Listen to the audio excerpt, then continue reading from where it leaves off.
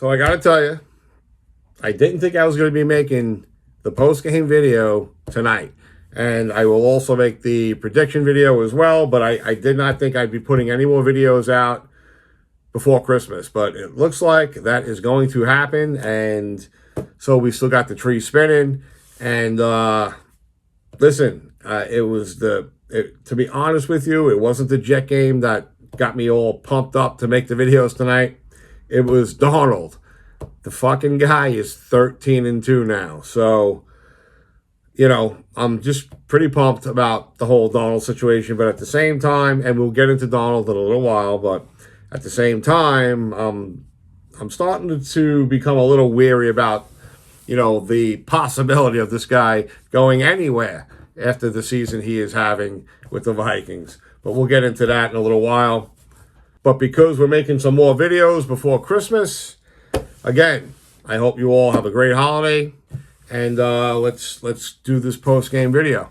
So where do we start with this video? Let's start with the game. Let's start with the Jets-Rams game today. I don't know about you, but it has become very difficult to watch the Jets this year at this point. So it's, you watch the game and you're just like, whatever at this point. I mean, that's how it feels to me at this point anyway. This team is just so fucked up in so many ways. I mean, they really got to get it right with the GM and the coach, and there's, the quarterback situation. We will talk about Darnold. But I saw something today that kind of concerned me a little bit, and it was some chatter about Garrett Wilson not being happy. And I read up on it a little bit, and some articles are saying don't be surprised if he requests a trade. And then I looked into it a little bit more, and he had this outburst against Jacksonville last week, and he's not happy. Now, when they brought Davante Adams in, I was weary about that because I just don't want anything affecting Garrett Wilson's game, and it feels like bringing Adams in maybe is doing just that. Maybe it's affecting Garrett's game because he's not getting targeted as much, and I could be wrong, but the bottom line here is Garrett's not happy. Rodgers seems to favor Adams a little bit. And it's understandable. He's played with the guy for years. At one point, I'm like, is fucking Wilson even playing in this game? It was like he had no presence on the field, really. I seriously, at one point, I was like, did Wilson get hurt? Like, I haven't seen the fucking guy. Like, where is he in this game? I can understand why maybe he's getting frustrated. So let's just talk about that quick. Make this guy happy. You can't trade this fucking guy. That's all I'm going to say here.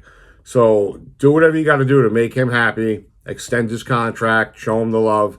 You cannot trade Garrett Wilson. All right? And if he's going to request a trade, then sit him down and find out why he is so unhappy. Because I do know that he does have a loyalty to the team. He does have a loyalty to the Jets, and he loves the Jets. They're the team that drafted him, and he recognizes that. But at the same time, he is a talented receiver, and he knows his talent is not being utilized the way he knows it can be. They got to watch this situation, and I will keep an eye on this situation because, he is my guy on this team. And it really is a shame because you bring in Rodgers, and it just throws a complete wrench into this entire franchise. All of this is fucked up, I think, because of the Rodgers move. I've said it in many videos. So, it's a critical offseason for this team. It really is. You got to get it right with the GM, the new coach, and you got to figure out something at quarterback. I mean, do you really want to see Rodgers come back and play next year? The only way I will be okay with that is if they somehow have or find a really good prospect at quarterback, and maybe they just want him to sit on the Rodgers and learn. But where I stand with the quarterback situation at this point. I want to bring back Darnold, if Darnold wants to come back. But I would just love to see them try really hard to bring Darnold back to this team. With that, let's talk about Darnold now. Like I said, we'll keep an eye on the Garrett Wilson situation. I just wanted to address it a little bit. Let's talk about Darnold. I mean, did you see Darnold's game today against the Seahawks? Fucking guy is 13-2 now with the Vikings. He is 13-2 with the Vikings. I mean, that is a serious record for any quarterback when you think about it. And it's the first season really that he's played for the Vikings, right? So, you know, he steps in as the starter, and he has them now at 13-2. It's unbelievable. I think they spit out a stat at one point. There's only 2 other quarterbacks, I think, in the history of the game that have won 13 or more games in their first season with the team. So he is the 3rd quarterback to do this. It is a monumental season for this guy. And it's getting to the point where, as much as I would love to see the Jets try to bring Darnold back, if you're the Vikings, how the fuck are you going to let him walk after this season? I mean, to me, it's starting to maybe become apparent. You know, if you're the Vikings, how could you let this guy walk? I mean, are you going to really let this guy sail off into the sunset with another team after, who knows where he's taking this team still this year? But right now, he's got them at 13-2. And there's no way the Vikings were going 13-2 this year without this play of Darnold this year. So, you know, you have to give the credit where the credit is due. They were not going to be a 13-2 team this year. They just weren't.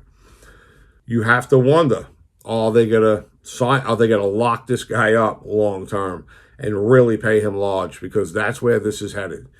Unless, like I said, unless they somehow, maybe they have a money situation where they can't sign him long term for big money. I don't know. But if he becomes a free agent and you can get him, you have to go after him. You know, and again, he's got to want to play for the Jets. But at the same time, you know, is he going to get locked up by the Vikings long term? It's starting to just look like, how could you let the fucking guy go? But what a game he had today, too. I mean, I don't know if you saw any of the highlights or if you saw the game, or, you know, they were losing the game and he was all beat up and he still brought them back, and he threw that touchdown pass at the end to basically win the game. I mean, what a season this guy is having. And that brings me to, you know, and I've been saying this for weeks now as well. I don't know if I've been saying it so much on the videos, but I have been saying this to, you know, people I talk to, you know, talk football with, and I've been saying this for a while now. How do you not consider this guy for MVP this year? I mean, everybody's talking about Barkley. There's some rumblings about Josh Allen. But who is the most valuable player to their team this year? In my opinion, how can it not be Darnold? I mean, seriously. I mean, again, do you think that the Vikings would be 13-2 right now without Darnold? No way. So, I mean, and they are literally on the cusp for the number 1 seed. So if he gets them the number 1 seed and let's say they go to the championship game, how is this guy not the fucking MVP this year? And again, you know, more ammunition for, you know, that's going to work against any team having a shot to get this guy, because you take the Vikings to the championship game. I mean, do you think that the Vikings are just going to be like, okay, thanks for this great season? And I don't know. So I'm thinking MVP for this guy at this point. And here's one more interesting thing about what the Vikings are doing this year with Darnold. Like I just talked about, they're on the cusp of the number 1 seed, right? It's the Vikings and the Lions basically at this point. The Eagles lost today, so it's just really the Vikings and the Lions for the number 1 seed, right? Here's something really interesting. The Lions and the Vikings play in the last game of the season. And if they have the same record, that will be a game for the number one seed. So how flipped out will that be? I mean, that would be amazing. And they're just a week away from, making that a reality. And if that does happen, I hope that they nationally televise that game, maybe flex that game, make that game like a national game. That would be unbelievable to check out, to see, the Vikings and the Lions battling it out for the number one seed in the last game of the season. You don't really see that too often, so that would be really cool. So that's it. Again, it's a post-game video, but, as far as the Ram game goes, more kicking problems. That's something we have to address too. This team needs to address a lot, but the kicking situation needs to be addressed in the offseason as well. Maybe look at the draft for a kicker. The Garrett Wilson situation, I felt was worth mentioning. We talked about it. And, again, just, they lost to the Rams. Is it shocking? I predicted a win in the prediction video, but I did that, tongue in cheek, because I was like, fuck it. With the way the Jets operate, why not fuck their draft up further and beat the Rams again, like they did, a few years back when they had no business beating the Rams, and they fucked their draft up back then. They really fucked it up. They fucked the number one pickup. So I was like, fuck it. They'll win this one too, and they'll just further damage their draft. But they lost. And is that shocking? Absolutely not. And next week, they have Buffalo, and the week after that, I believe it's Miami. And then the torture will be over for this season. So with that, like I was saying in the other videos, have a great holiday week, and just enjoy the week. It's a big week, big holiday week, and enjoy.